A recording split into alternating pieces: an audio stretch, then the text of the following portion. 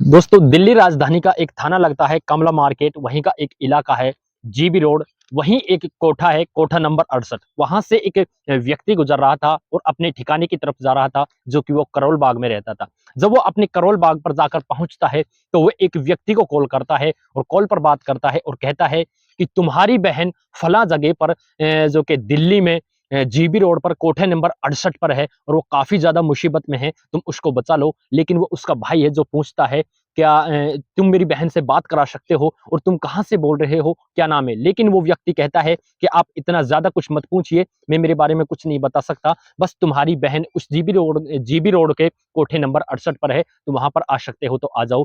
क्योंकि वो लड़का था, वो व्यक्ति था जो उससे बात कर रहा था, वो भी उसी कोठे से होकर, उसकी बहन के पास होकर, उसकी बहन से संबंध बनाकर वो वहाँ से निकला था। तभी उसने उसकी बहन बहन को कॉल किया, जो वो उसका भाई है। दरअसल मैं उस लड़की का नाम रानी बता रहा हूँ, लेकिन उसका एक्चुअली में जो नेम है उस नेम को हम इसमें ले नहीं सकते, क्योंकि यह एक हमको अलाउ नहीं है जो हम उसको खुल के बता सकते हैं। दोस्तों यह एक सच्ची घटना है जो कि दिल्ली के थाना कमला मार्केट की है, जीबी रोड की है और कोठे नंबर 68 की है। तो हम इसी वजह से हम इसमें सच्चा नाम, उसका असली नाम है वो बता नहीं सकते।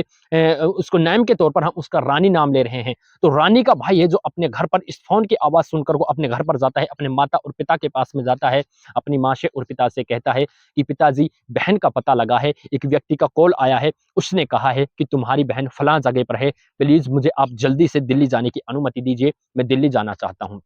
जबरन उसके माता-पिता से दिल्ली की अनुमति लेकर कलकत्ता से की फ़ौरन ट्रेन पकड़ता है, दिल्ली में आकर रुकता है, स्टेशन पर उतरता है। जैसे ही स्टेशन पर उतरता है तो वो रानी का भाई है, उसी व्यक्ति को कॉल करता है, उसी नंबर पर कॉल करता है और कहता है, उससे रिक्वेस्ट करता है, हाथ जोड़ता है कि प्लीज़ आप मुझसे एक बार मिल लीजिए, मुझे थोड़ा-सा मेरी बहन के बारे में बता दीजिए, मैं आपसे रिक्वेस्ट कर रहा हूँ, मेरा आप जो कि कुछ न कुछ आप मेरी मदद कीजिए। वो अपना एड्रेस बता देता है, उस रानी का भाई है, उसी व्यक्ति के पास में करोल बाग पर पहुँच जाता है। करोल बाग पर पहुँचने के बाद में उससे कुछ वो बातें करता है, कहता है कि यार मुझे अब यहाँ से आगे क्या करना चाहिए? वो उसका पूरा प्रोसेस बताता है कि आप ऐसा करो, अगर तुम पुलिस को बताओगे और कुछ भी तुम वहाँ पर जाकर सीधा जब तुम कोठे पर पहुँचोगे और सीधा तुम कोठे पर जाकर के ये कहोगे कि ये मेरी बहन है, इस तरह से, तो तुमको और तुम्हारी बहन को उस कोठे पर खतरा हो सकता है। तो इस वजह से तुम वहाँ पर तुम किसी का तरह का नेम ना लेना, बल्कि तुम अपना एक ग्राहक बनकर उसी कोठे पर जाओ और तुम वहाँ पर पहले कन्फर्म करो कि ये क्या वाक़ई में ये तुम्हारी बहन है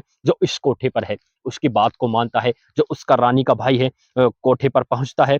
कोठे पर पहुँचने के बाद में वो कहता है कि मुझे एक लड़की चाहिए और फलाँ नाम की लड़की चाहिए, ऐसी लड़की चाहिए। वो कहता है, हाँ, आपको लड़की तो मिल जाएगी, लेकिन लड़की कोठे के अंदर जाने से पहले उसको एक मैनेजर से मिलना होता है। उस मैनेजर के पास में वो जाता है, वहाँ पर अपना नेम लिखाता है।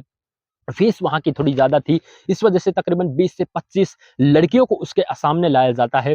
सभी लड़कियों को वो रिजेक्ट कर देता है और वो कहता है कि मुझे देखिए अच्छी-सी लड़की चाहिए। लेकिन इतने में एक लड़की की आवाज़ आती है पीछे से और वो लड़की कहती है कि एक लड़की और है जिसका नाम रानी है, लेकिन वो अभी इस टाइम ग्राहक के साथ में है। लेकिन उस कोठे की जो मालकिन है वो कहती है कि अच्छा, वो इतने टाइम में अभी फ्री होगी, अगर आप इंतज़ार कर सकते हो तो कीजिए, एक लड़की और है हमारे पास में, नहीं है, उसकी डिमांड बहुत ज़्यादा है, लोग उसको ज़्यादा डिमांड कर रहे हैं, उसी के पास में जाना लोग पसंद कर रहे हैं। वो कहता है, कोई बात नहीं है, अगर लोग उसकी ज़्यादा डिमांड कर रहे हैं, तो मैं भी उसी के साथ में संबंध बनाऊँगा, उसी की मैं आप लोगों को फ़ीस दूँगा। लेकिन कहती है कि उसकी फ़ीस थोड़ी ज़्यादा है। कहता है कि कोई बात नहीं, चलेगा, मैं उसकी फ़ीस देने के लिए तैयार हूँ, लेकिन मैं थोड़ा इंतज़ार भी कर लूँगा। इतने में वो रानी है जो बाहर निकल कर आती है। जब बाहर निकल कर जैसे ही वहाँ से एक व्यक्ति बाहर कोठे से बाहर आता है, दरवाजे से निकल जाता है और निकलने के बाद में उसकी बहन रानी जैसे ही दरवाजे से बाहर आती है, कोठे से बाहर आती है, देखती है कि सामने उसका भाई खड़ा हुआ है, लेकिन वो नज़रों ही नज़रों में जो कि उसकी आँखों में इतनी शर्म महसूस वो अपने आप को कर रही थी कि उसकी तरफ नज़र नहीं उठाकर देख रही थी और आँखों में आँसू से छलकने लगे, नीचे नज़र कर लेती है। उसका भाई भी कहता है जल्दी से कि हाँ, मुझे बस यही लड़की चाहिए, मुझे ये लड़की पसंद है। इतने में वो लड़की के साथ इतनी बातें कहता है, लड़की फ़ौरन से जो कि अंदर कमरे के अंदर, कोठी के अंदर वापस घुस जाती है।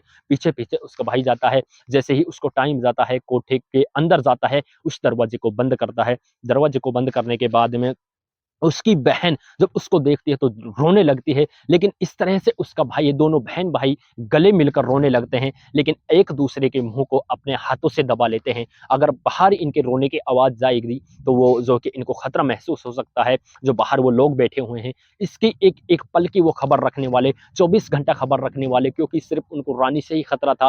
रानी ही उस कोठे पर, कोठे नंबर 68 पर एक ऐसी औरत थी, एक ऐसी लड़की थी, जो उस कोठे से भागना चाहती थी। जब उस रानी के भाई और दोनों बहन-भाई वहाँ पर रोने लगते हैं, एक-दूसरे से बातें भी करते हैं, धीरे-धीरे वो बातें करते हैं, टाइम गुज़र जाता है। टाइम गुज़रने के बाद में उसके दरवाजे को खटखटाया जाता है, जब दरवाजे को जो कि बजाने की आवाज़ें आती हैं, तो वो कहता है कि आप जल्दी से इस दरवाजे को खोलिए, आपका टाइम खत्म हो चुका है। लेकिन जो रानी का भाई है वो कहता है कि अभी और रुकिए थोड़ा, मुझे और टाइम चाहिए, लेकिन वो कहते हैं अगर आपने इस व टाइम से अलग अगर 5 मिनट भी ली, तो आपको इसका डबल चार्ज देना होगा। चार्ज काफ़ी भारी था, लेकिन रानी का भाई कहता है कि मैं आपको डबल चार्ज देने के लिए तैयार हूँ, लेकिन मुझे और वक़्त चाहिए। रानी के भाई को डबल टाइम दे दिया जाता है। रानी का भाई उसके पास में रहता है, रहने के बाद में और टाइम गुज़रता है, तो रानी जब अपनी कहानी को बताती है कि यहाँ पर किस तरह से आई है। एक्चुअली में रानी एक कोलकाता में मल्टीनेशनल कंपनी में मतलब काम करती थी। उसको 30 से 35 हज़ार रुपए वहाँ पर सैलरी मिल रही थी। वहीं पर उसकी फ्रेंड थी ज्योत्सना। ज्योत्सना से उसकी काफ़ी अच्छी गहरी दोस्ती थी। वो भी एक लड़की थी, उसको भी 30-35 हज़ार रुपए वहाँ पर उस कंपनी में सैलरी मिल रही थी, मल्टीनेशनल कंपनी में।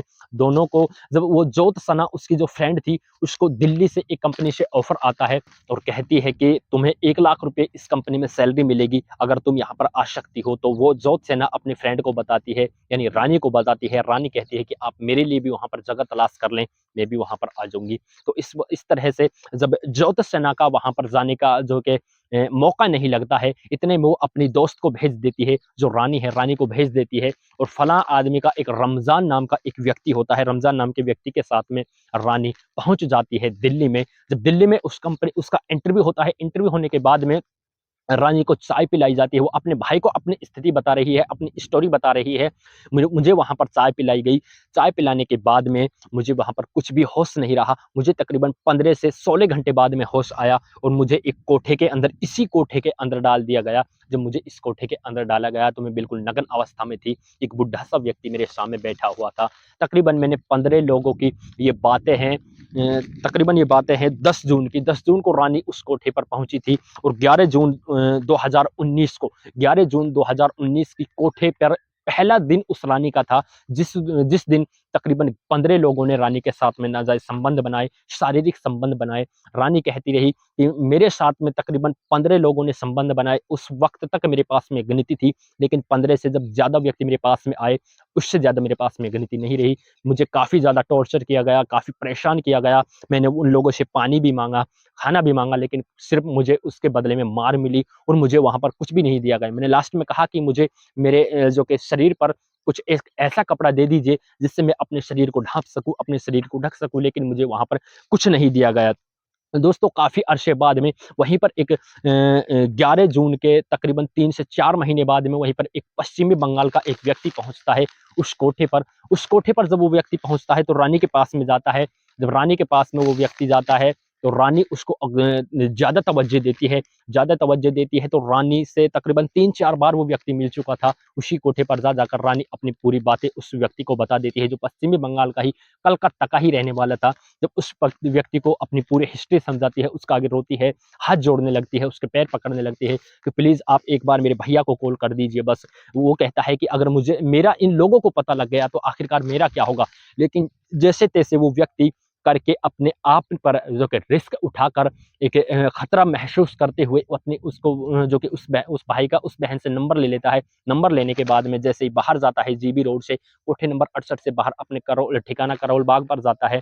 उसके भाई को कॉल करता है, उसके भाई को पूरी हकीकत बताता है, उसका भाई दिल्ली से चलकर उस व्यक्ति के पास में आ जाता है और उस व्यक्ति को वो उसके भाई को, रानी के भाई को कोठे पर पहुँचा देते हैं। लेकिन जब टाइम बीत जाता है, इतने में फिर से उस दरवाजे को खटखटाया जाता है, रानी का भाई उस कोठे से बाहर चला जाता है, लेकिन फिर से उस व्यक्ति के पास में रानी का भाई पहुँच जाता है, कहता है कि वो मेरी वाक़ई में मेरी बहन है और किस तरह से अब उसको निकाला जाए। लेकिन वो कुछ बातें करते हैं, फिर अगला दिन गुज़रता है, फिर दूसरे दिन भी वो रानी का भाई ग्राहक बनकर उसी रानी के पास में उसी कोठे नंबर 68 पर पहुँच जाता है।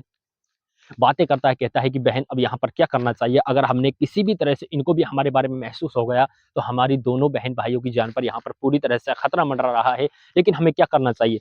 लेकिन इतने में जो उसकी बहन है, वो कहती है कि आपको महिला आयोग के पास में जाना चाहिए, वहाँ की एक स्वाति मालीवाल जो है कि अध्यक्ष है, उससे आपको बातचीत करना चाहिए। मैंने कई लोगों से यहाँ पर सुना है कि स्वाति जो मालीवाल है, वो काफ़ी ज़्यादा ऐसे ही कोठों के उसने जो कि रेड पटकी है, काफ़ी ज़्यादा लोगों को वहाँ से अरेस्ट किया है और रिहा कराया है। वो स्वाति मालीवाल के पास में जो उसका भाई डीसीडब्ल्यू सदस्य जब स्वाति मालीवाल के पास में जाता है, तो उसको डीसीडब्ल्यू की सदस्य मिलती है, किरण देवी मिलती है। तो किरण देवी को जब वो पूरी हिस्ट्री बताता है कि मेरी बहन इस तरह से जीबी रोड कोठे नंबर 68 पर जो कि बंद है, तकरीबन 6 महीने हो चुके हैं, इसको वहाँ पर कैद है, इस तरह से उसको मुझे निकालना है। तो किरण नेगी स्वाति मालीवाल से जब बातें करती है कि सर इस तरह से मैडम इस तरह से एक व्यक्ति आया है, उसकी बहन है और कन्फर्म ये जानकारी है कि उसकी बहन कोठे नंबर 68 पर लोगों ने ज़बरदस्ती जो है कि बंद करके रखी है, उसके साथ में कोठे पर काम करवाया जा रहा है। स्वाति मालीवाल जैसे ही उसकी हिस्ट्री को सुनते हैं, स्वाति मालीवाल डीसीपी सेंट्रल मनदीप सिंह रंधावा के पास में कॉल करती है, कहती है कि सर इस तरह से बातें हैं और ऐसे-ऐसे एक व्यक्ति है, कलकत्ता की रहने वाली एक औरत है, रानी नाम की औरत है, लड़की है, पढ़ी-लिखी लड़की है, काफ़ी हसीन लड़की है, तो उसके पास में उसका भाई आया हुआ है और कोठे नंबर 68 पर जीबी रोड कोठे नंबर 68 पर उसको जो कि रखा गया है, उसके साथ में शारीरिक संबंध बनवाए जा रहे हैं, उसके धंधा किया जा रहा है। तो इस तरह से जब वो डीसीपी रंधावा इन बातों को सुनता है, डीसीपी रंधावा की तरफ से उसको पूरा सपोर्ट मिलता है और तीनों की तीनों एक जो कि फिक्स कर देते हैं कि 9 अगस्त 2019 को इस कोठे पर जाया जाएगा और जो उस रानी का भाई है, उससे कहा जाता है कि तुम फिर से अपनी बहन के पास में ग्राहक बनकर जाना। उसी तरह से आप तब तक उस रूम के अंदर रहना, तब तक हमारी पूरी छावनी ना आए, पूरी टीम उस कोठे पर ना पहुँचे, उसको चारों तरफ से ना घेरे, हम आपके कोठे को आकर खोल देंगे। अ, 9 अगस्त 2019 की बातें हैं, जो कि रानी का भाई कोठे पर ग्राहक बनकर वापस वहाँ पर पहुँचता है, कोठे के अंदर जाता है। इतने में वो तब तक वहाँ से नहीं निकलता है जब तक वहाँ पर पूरी जो कि स्वाति मालीवाल और रानी ने किरण नेगी और डीसीपी रंधावा तीनों की फ़ोर्स काफ़ी ज़्यादा अफ़सर वहाँ पर पहुँच जाते हैं और पहुँचने के बाद में उस कोठे पर रेड पटकते हैं। उसकी को जब कोठे के दरवाजे को खटखटाते हैं, तो वो दोनों बहन-भाई उससे दरवाजे कोठे से बाहर निकलते हैं। दोनों काफ़ी ज़्यादा खुश होते हैं। पुलिस के हवाले वो दोनों बहन भाई आ जाते हैं और जो वहाँ की एक मालकिन थी, उस कोठे को चलाने वाली थी, काफ़ी ज़्यादा कई वहाँ कर रहने वाले जो भी मतलब अध्यक्ष थे, वहाँ पर धंधा करवाने वाले थे, उन सभी को वहाँ से गिरफ्तार किया जाता है और उन बहन भाइयों को वहाँ से आज़ाद किया जाता है। सैल्यूट करता हूँ मैं दिल्ली पुलिस को, जिस तरह से दिल्ली पुलिस ने काम किया है, दरअसल आज भी वो काम होता, तो इस तरह से वहाँ पर लोग ना होते। दोस्तों, इन वीडियो के अंदर मैं उन सभी भाइयों का मैं नेम लूँगा, जो भाई हमारे कमेंट करते हैं, वीडियो के अंदर सर हमारा नेम ले लीजिए, तो अभी आप वीडियो के अंदर आगे बने रहें। लेकिन इस वीडियो के ज़रिए किसी की भावनाओं को ठेस पहुँचाना नहीं है, बल्कि आप लोगों को सचेत करना है। किसी भी नए व्यक्ति पर अगर आप कहीं पर भी जा रहे हो, तो किसी पर भी भरोसा ना करें, किसी भी अनजान व्यक्ति के आप लोग चीज़ ना खाएँ, कुछ भी खान-पीन ना करें, जिस तरह से किसी भी लोगों पर भी भरोसा ना करें। अब उन भाइयों का, बहनों का हम नाम लेते हैं।